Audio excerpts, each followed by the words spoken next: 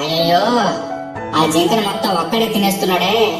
నేను ఒకదాన్ని ఇక్కడ కాలు కాలిన పిల్లలా తిరుగుతున్నా పట్టించుకోవడం లేదే. ఆకలితో చచ్చేలా ఉన్నాను. ఇప్పుడేం చెయ్యాలి? కొంచెం సేపటి తర్వాత దూరంగా పచారులు చేస్తున్న నక్కను సింహం చూసింది. అది అక్కడ జింక మాంసం కోసమే ఎదురు చూస్తున్నదని పసిగట్టింది. అయినా నక్క యొక్క నిజమైన ఉద్దేశం తనకేం తెలియనట్టు అదేం చెబుతుందో విందామని ఇలా అడిగింది. ఏమి చేస్తున్నావు అక్కడ? అడవిరాజా, ఇక నుండి నేను మీ సేవకుడిగా మారాలనుకుంటున్నాను. మీరు చెప్పిన పనులన్నీ చేసి ఇక్కడే ఏదో ఒక మూలన పడి ఉంటాను.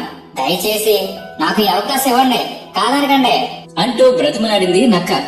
నాకు సేవకుడిగానా? నేను నమ్మను. నిజం చెప్పు, నా వేటను పంచుకోవడానికే ఈ మాటలు చెప్పడం లేదు. అయ్యో, అంత మాట అనకండి. ఇప్పుడు ఆ జింకను తినాలనే కోరిక ఎంత మాత్రమూ లేదు. నన్ను నమ్మండి. ఇక నా జీవితం మీ సేవకే అంకితం. ఒట్టు.